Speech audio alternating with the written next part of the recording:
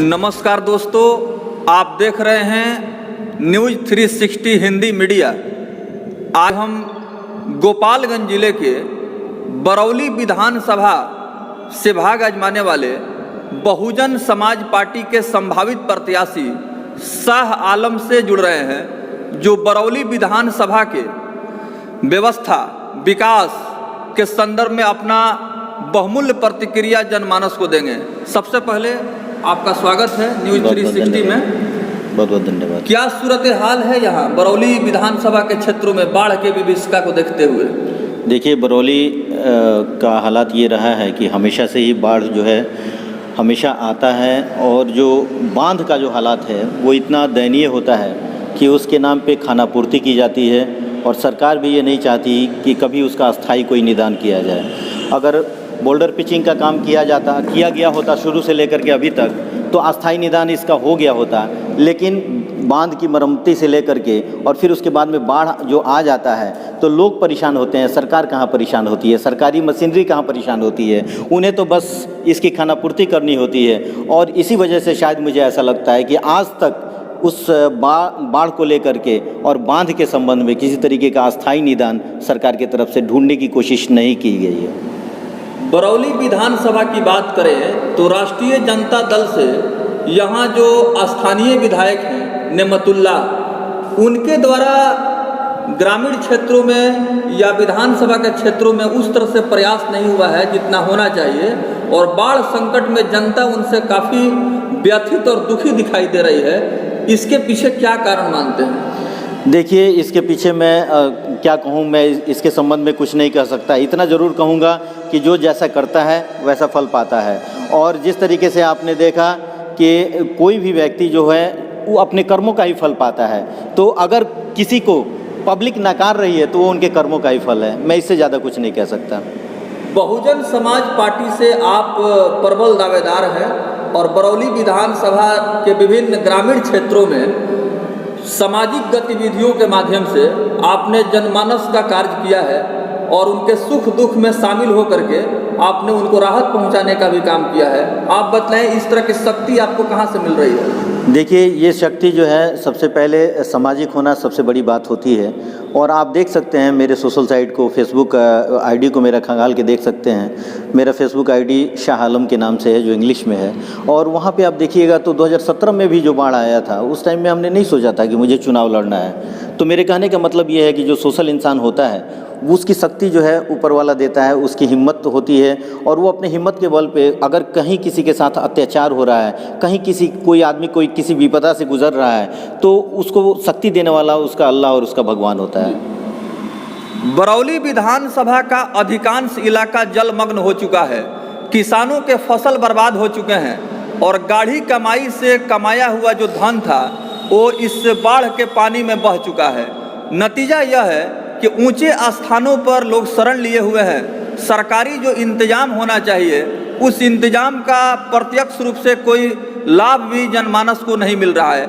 ऐसे में बाढ़ पीड़ितों के द्वारा जो खबरें हमारे मीडिया हाउस तक आ रही हैं, कहीं न कहीं अंदाज़ा लगाया जा सकता है कि वर्तमान सरकार के प्रति लोगों की नाराज़गी जायज़ भी दिखाई दे रही है। इस मुसीबत के घड़ी में सरकार के पदाधिकारी और यहाँ जो जनप्रतिनिधि हैं बिल्कुल मुकदर्शक बने हुए हैं। इस संदर्भ में शाह आलम से जानते हैं कि सरकारी जो मुलाजिम हैं और जनप्रतिनिधि हैं वो नाकामी को क्यों छिपा रहे हैं? देखिए, जनप्रतिनिधि जो है नाकामी को छुपाने के पीछे सबसे बड़ी बात यह है कि आप कहीं ना कहीं से अपने हक और अधिकार को नहीं जानते हैं। आपको पब्लिक अगर जिता करके भेज देती है तो बाय डिफ़ॉल्ट अगर आप जीत गए या खुद से आप जीत रहे हैं, तो कम से कम आप जब अपने अधिकारों को नहीं जानिएगा तो आप कुछ नहीं कर पाइएगा। मेरे कहने का मतलब ये है कि एक एमएलए अपने सदन का, विधानसभा का सदस्य होता है, और अपने सदन में अगर वो चाहे तो कोई बात को उसको विधानसभा क्वेश्चन करके अपनी बात को मनवा सकता है। और वो क्वेश्चन तो कम से कम करे, बात मानने और न मानने की बात अलग है, लेकिन आप दमदार तरीके से और पूरी निष्ठा और ईमानदारी के साथ समाज हित के लिए और अपने क्षेत्रवासियों के लिए जो उनकी समस्याएं हैं उसके लिए आप सवाल कीजिए। लेकिन सवाल तक भी नहीं किया जाता है तो मेरे कहने का मतलब ये है, ये बात 25 साल से होती आई है। मैं एक व्यक्ति की, वर्तमान व्यक्ति की बात नहीं करना चाहूँगा, मैं पूर्व में भी जो हमारे विधायक रहे हैं 25 साल से 2 विधायकों कभी ये कभी वो चलता आया है मामला। लेकिन इन दोनों से जो है यहाँ की पब्लिक बिल्कुल ही त्रस्त हो चुकी है, बिल्कुल परेशान हो चुकी है। और इन लोगों का सोच जो है ये पब्लिक के लिए नहीं है, समाज के लिए नहीं है। क्योंकि मैं दावे के साथ कह सकता हूँ कि आप अगर मीडिया से संबंध रखते हैं, आज आपसे अचानक यहाँ पे हमारी मुलाकात हुई है और आप जो हैं जाकर के क्षेत्र के किसी भी एरिया में जाकर के आप पूछें कि क्या 25 साल से किसी भी जनप्रतिनिधि जिसको आपने जिता करके जिनको भेजा है वो विधानसभा के सदस्य बना करके आपने भेजा है, क्या माझा और बरौली में कहीं उनके ऑफिस हैं? वो खुद नहीं मिलते हैं, उनके ऑफिस नहीं होते हैं। और कुछ दिन पहले की बात मैं बता दूं कि आधार कार्ड को लेकर के लोगों को अनुशंसा कराना होता था। आधार कार्ड को लेकर के पहले मुखिया ही करते थे, बीच में विधायक लोगों को करना होता था। अनेकों विधायक यहाँ पे नदारद होते थे, नहीं मिलते थे, उनके ऑफिस नहीं होते थे। लोग परेशान थे, लोग कहाँ जाएं, लोग कैसे अपने काम को करें। कोई भी विकास से संबंधित बात करने के लिए, किसी भी समस्या का समाधान कराने के लिए, किसी समस्या को लेकर जाने के लिए अगर हमारा कोई प्रतिनिधि भी अगर उनका यहाँ नहीं बैठता है, कोई व्यक्ति अगर यहाँ पर नहीं बैठता है, कोई ऑफिस नहीं है, तो हम समझते हैं कि आपका जीतना और आपका विधायक रहना या आपका एमपी रहना या आपका किसी पद पे विराजमान रहना वो बेकार है। शाह आलम से हमारी बातचीत हो रही है, जो लगातार सामाजिक गतिविधियों के माध्यम से जनता जनार्दन की आवाज़ बन रहे हैं और जन समस्याओं के समाधान के लिए सकारात्मक प्रयास भी कर रहे हैं। स्थानीय विधायक और स्थानीय सांसद के संदर्भ में इन्होंने अपना प्रतिक्रिया दिया है कि यहाँ स्थानीय सांसद और विधायक का अपना कोई क्षेत्र में कार्यालय नहीं है।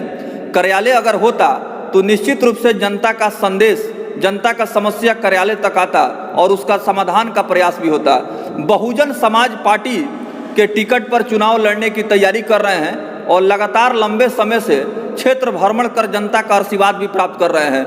आपको क्या लगता है बहुजन समाज पार्टी का यहाँ किस तरह का भूमिका होगा, क्या प्रदर्शन होगा और इस पार्टी से आपकी अट्रैक्शन कैसे हुई? देखिए, बहुजन समाज पार्टी जो है सर्वजन हिताय सर्वजन सुखाय के मंसूबे पे काम करती है। और रही बात कि बहुजन समाज को लेकर के, सर्व समाज को लेकर के चलने वाली पार्टी है।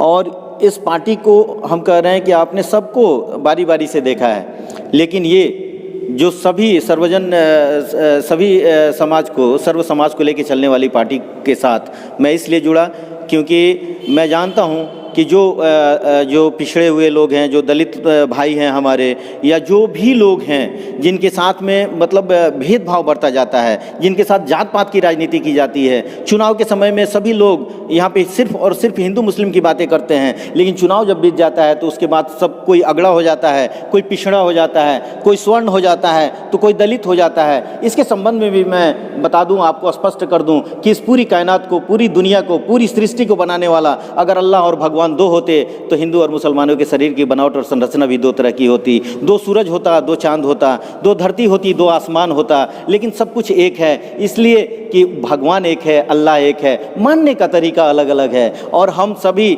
लोग, और ख़ास तौर पे मैं इस संदेश को हर जगह देना चाहता हूँ और सभी लोगों के बीच में मैं जा कर के इस संदेश को देता हूँ कि कोई भी छोटा और कोई भी बड़ा नहीं है। इंसान अपने कर्मों से छोटा और बड़ा बनता है, और इंसान अगर अच्छा कर्म करना चाहे तो कोई भी काम बड़ा नहीं है। और मैं अपने बारे में बता दूं कि आपने हिम्मत की बात पूछी, तो मेरे कहने का मतलब ये है कि अभी हाल ही फिलहाल में हम लोग दशरथ माझी जी के बारे में आप लोगों ने न्यूज़ चलाया, हम लोगों ने भी फेसबुक पेज पे उनके बारे में लिखा। दशरथ माझी जी एक आम मजदूर थे, एक सामान्य मजदूर थे, बिहार के ही रहने वाले थे। और उन्होंने क्या किया था, उनके अंदर उन्होंने देखा कि एक बहुत बड़ा पहाड़ जो है एक ऐसा बाधक बना हुआ है बहुत सारे गांव के इलाकों के लिए, जिसको भेद दिया जाए तो समझिए कि जो 25 किलोमीटर 30 किलोमीटर घूम के जो लोग जाते थे वो 5 किलोमीटर भी 2 किलोमीटर का भी रास्ता उनके लिए नहीं रह जाता। तो इसलिए उन्होंने क्या किया, उनके पास कोई संसाधन नहीं था। बहुत सी सरकारें थी, बहुत सरकारों के पास संसाधन है, शुरू से लेकर के सभी पार्टियों की सरकार बनी,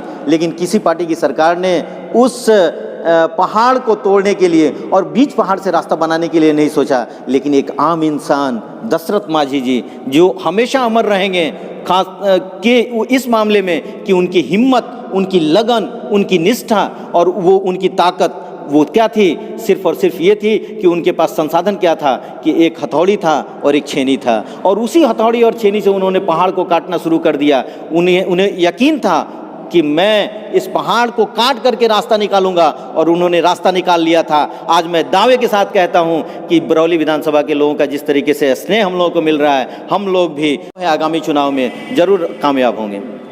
समाज के दबे कुचले, शोषित, पीड़ित, वंचित, उपेक्षित जो लोग हैं आज भी अपने हक हुकूक के लिए संघर्ष कर रहे हैं। उनको अपना अधिकार भी नहीं मिल पा रहा है।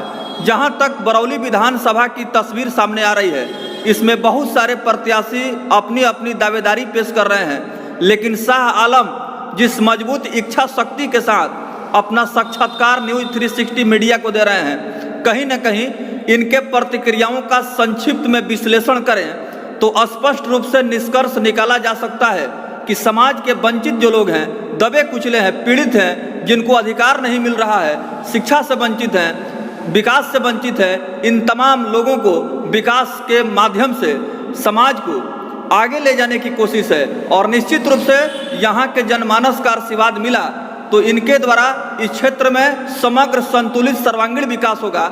लेकिन जात पात धर्म मजहब से ऊपर उठ करके एक मजबूत यहाँ प्रतिनिधि चुनने की आवश्यकता है, जो व्यवस्था में परिवर्तन ला सके और जो कुछ भी समस्याएं जनता के समक्ष आ रही हैं उसका समाधान भी करा सके। आपको क्या लगता है, बरौली विधानसभा की जो तस्वीर सामने आ रही है और आप जिस तरह से बहुजन समाज पार्टी के लिए कार्य कर रहे हैं, जनता की अदालत में जा रहे हैं, किस तरह का रिस्पॉन्स आपको मिल रहा है? देखिए, हर एक प्रतिनिधि को रिस्पॉन्स लगता है कि बहुत अच्छा है।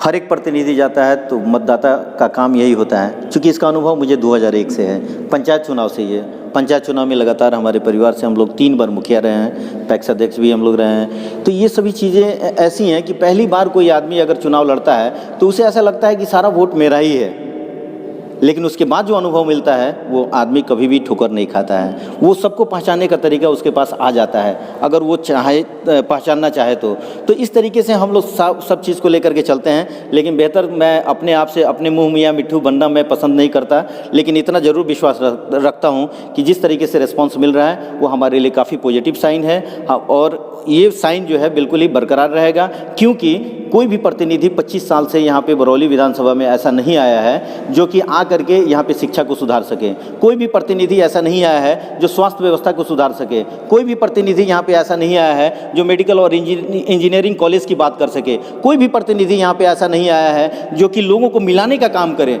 मेरे कहने का मतलब ये है कि अगर स्वास्थ्य, अगर सबसे पहले मैं एजुकेशन की बात करूँगा, एजुकेशन एक ऐसी की है, चाबी है, एक ऐसा हथियार है जो अगर किसी व्यक्ति विशेष को दे दिया जाए तो उससे बड़ा हथियार उसके पास, उससे बड़ा वेपन्स उसके पास कुछ भी नहीं हो सकता है। और वो इंसान दुनिया का सबसे ताकतवर और सबसे कामयाब इंसान बन करके दिखा सकता है। परेशानियाँ सबके साथ आती हैं, स्ट्रगल सबको करना होता है, लेकिन जो स्ट्रगल करता है वही कामयाब होता है। और मैं आपको बता दूं कि यहाँ पे पहले की शिक्षा व्यवस्था के बारे में मैं बता दूं विस्तृत तौर पे आपको कि शुरू में जब हम लोग छोटे थे तो हम लोग देखते थे होश संभाले तो उस टाइम में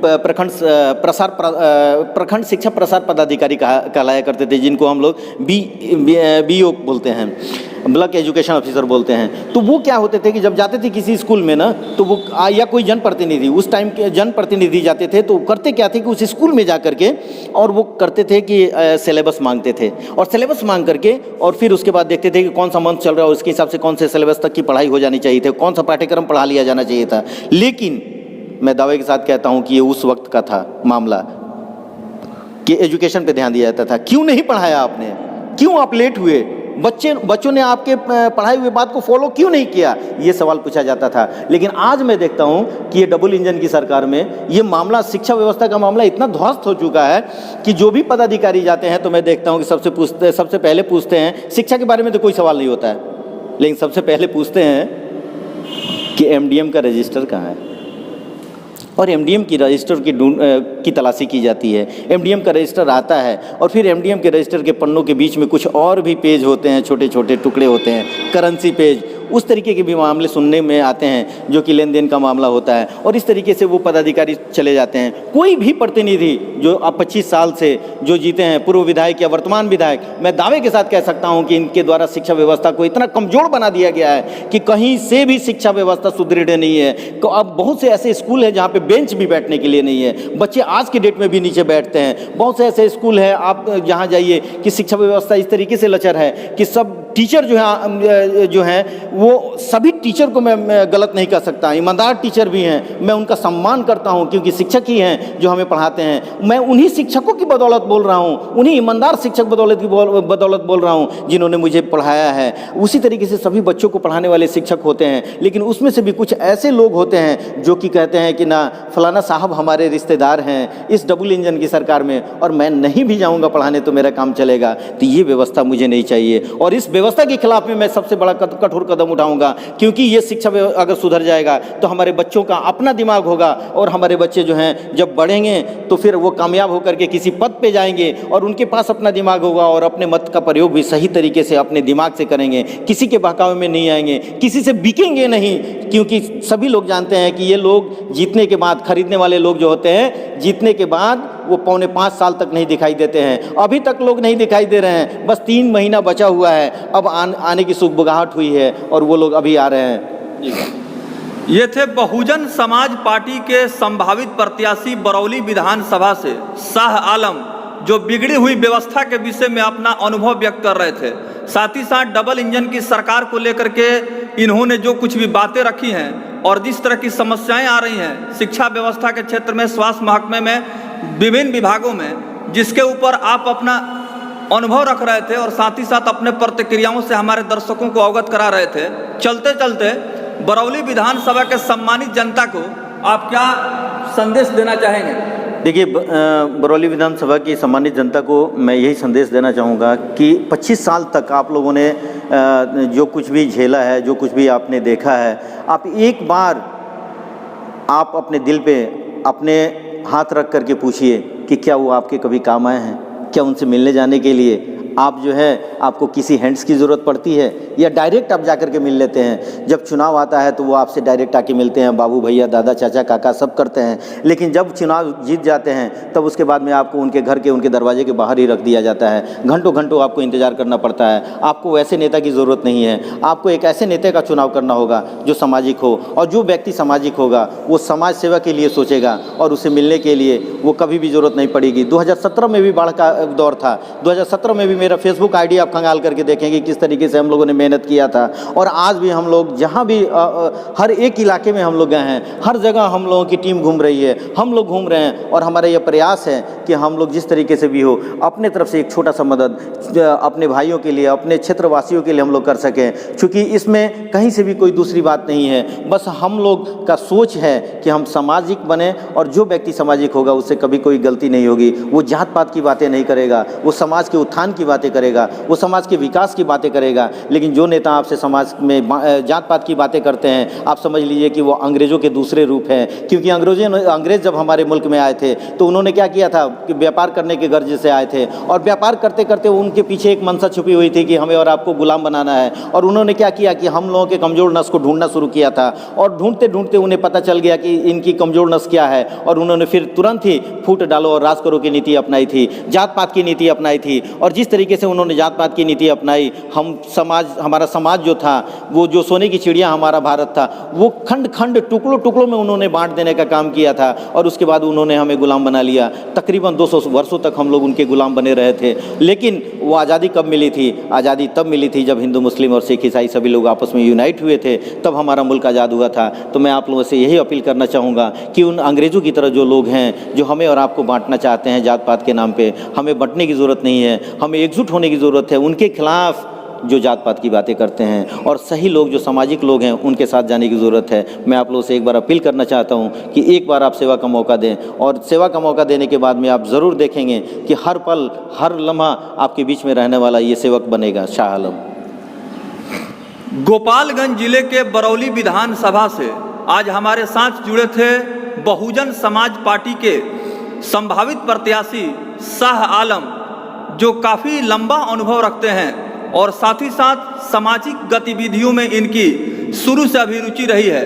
विद्यार्थी जीवन से राजनीतिक जीवन तक अभी तक इनका जो प्रयास रहा है वो समाज राष्ट्र के निर्माण के लिए रहा है, व्यवस्था में परिवर्तन के लिए रहा है। जनता जनार्दन की अदालत में जाकर के आशीर्वाद प्राप्त कर रहे हैं और बरौली विधानसभा के तकदीर और तस्वीर को बदलने के लिए दृढ़ संकल्पित नजर आ रहे हैं। और इन्होंने हमारे न्यूज़ 360 हिंदी मीडिया के माध्यम से आम जनमानस से अपील किया है कि आप एक मजबूत, योग्य, सुशिक्षित, समझदार, बुद्धिजीवी प्रत्याशी को प्रतिनिधि बनाएं ताकि आपके समस्या को विधानसभा में जोरदार तरीके से उठा सके और जनमानस को हक और अधिकार दिला सके। बहुत बहुत धन्यवाद। बरौली विधानसभा का अधिकांश इलाका बुरी तरह से जल से प्रभावित हुआ है। चारों तरफ पानी ही पानी दिखाई दे रहा है।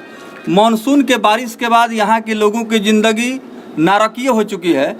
आज शाह आलम से मुलाकात हुई है जो बहुजन समाज पार्टी के संभावित प्रत्याशी हैं, जो बरौली विधानसभा से भाग आजमा रहे हैं। आप बतलाएं कि बाढ़ का जो यहाँ त्रासदी है उसको देखते हुए आप क्या महसूस कर रहे हैं? देखिए, सबसे पहले तो मैं ये बताऊंगा कि बरौली में बहुत ही मतलब बाढ़ जो पानी जो आया था बहुत ही आपदा मतलब था, बहुत परेशानी में लोग थे यहाँ पे। अभी भी देख रहे हैं सारा घर डूबा हुआ है, लोग बाहर रोड अपना झोपड़ी बना के बसे हुए हैं। और हम लोगों ने शाह आलम भाई की टीम के साथ हम लोगों ने मिल के बहुत सारा एक्टिविटीज़ किया है। हम लोगों ने चूड़ा, मीठा, राशन वासन जो हम लोगों ने बांटा है। तो जहाँ तक हम लोग जा पहुँचे हैं, जहाँ तक जगह हर जगह ने हम लोग गए हैं वहाँ पे और जाके राशन पहुँचाया है, वहाँ पे मदद किया हम लोगों ने। और पानी भी बहुत काफ़ी था यहाँ पे। तो जहाँ जितना हम लोगों से हुआ, जितनी शाह आलम भाई की टीम और हम लोगों ने मिल के किया, तो इसके लिए मैं शाह आलम भाई को धन्यवाद देना चाहता हूँ कि शाह आलम भाई इस अच्छे नेक काम को मतलब बहुत ही अच्छे बखूबी निभाएं। जितना उनसे हो सका उतना काम उन्होंने किया बरौली विधानसभा के लिए और इंशाल्लाह आगे भी हम लोग काम करेंगे साथ में मिलके। और जी क्या आपको लग रहा है इस बार के चुनाव में? देखिए, जहाँ तक चुनाव का बात है तो हम लोगों ने तो मेहनत यहाँ पे कर रहे हैं। बरौली विधानसभा में अच्छा मेहनत कर रहे हैं और रिपोर्ट भी इंशाल्लाह यहाँ का बहुत ही अच्छा है।